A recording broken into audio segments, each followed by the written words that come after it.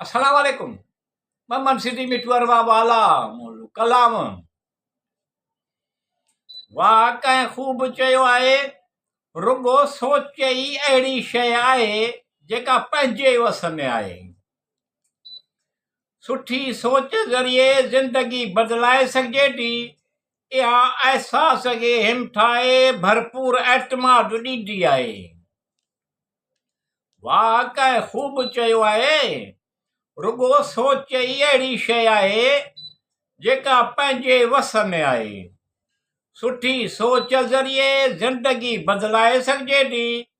इहा अहसास खे हिमथाए भरपूर एतमाद ॾींदी आहे। सुठी सोच रुगो महसूस थींदड़ ख़्याल ई न आहे। सुठी सोच रुगो महसूस थींदड़ ख़्याल ई न आहे। इहा शख़्सियत, सिहत, तख़लीक़ी सलाहियतुनि ऐं जुर्रियत ते तइमीरी असर विझंदी आहे। वाह कंहिं ख़ूब चयो आहे, रुगो सोच ई अहिड़ी शइ आहे जेका पंहिंजे वस में आहे। सुठी सोच ज़रिए ज़िंदगी बदिलाए सघिजे थी। इहा अहसास खे हिमथाए भरपूर एतमाद ॾींदी आहे। जॾहिं त ख़राब सोच जो असर बिल्कुलु उबटो थिए थो। जॾहिं त ख़राब सोच जो असर बिल्कुलु उबटो थिए थो। इहा कमज़ोर करे एतमाद खे ख़तमु करे छॾींदी आहे। वाह कंहिं ख़ूब चयो आहे, वाह कंहिं ख़ूब चयो आहे, रुगो सोच ई अहिड़ी शइ आहे जेका पंहिंजे वस में आहे।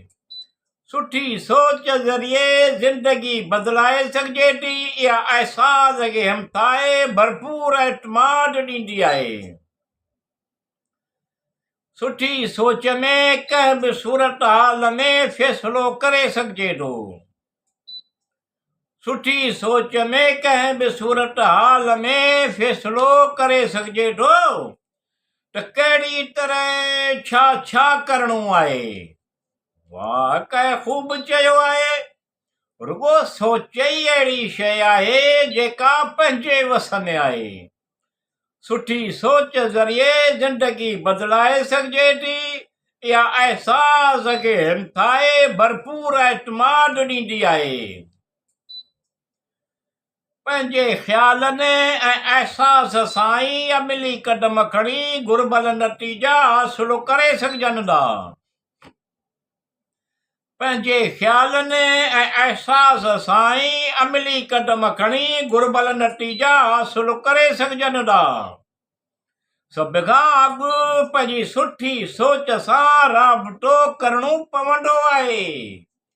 वाह कंहिं ख़ूब चयो आहे, रुगो सुठी सोच ई अहिड़ी शइ आहे जेका पंहिंजे वस में आहे।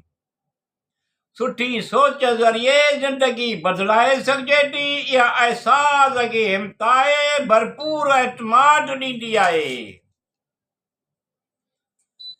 सुठी सोच ज़हनी सिहत सुधारे थी ऐं कारकिर्दगीअ खे ॾींहों ॾींहुं उरूज ते पहुचाए थी छॾे। सुठी सोच ज़हनी सिहत सुधारे थी ऐं कारकिर्दगीअ खे ॾींहों ॾींहुं उरूज ते पहुचाए थी छॾे। सुठी सोच खे हमेशह पंहिंजे वस में रखणु घुरिजे। ईअं करणु न रुगो पंहिंजी ज़ात पर सभिनी लाइ बहितर आहे।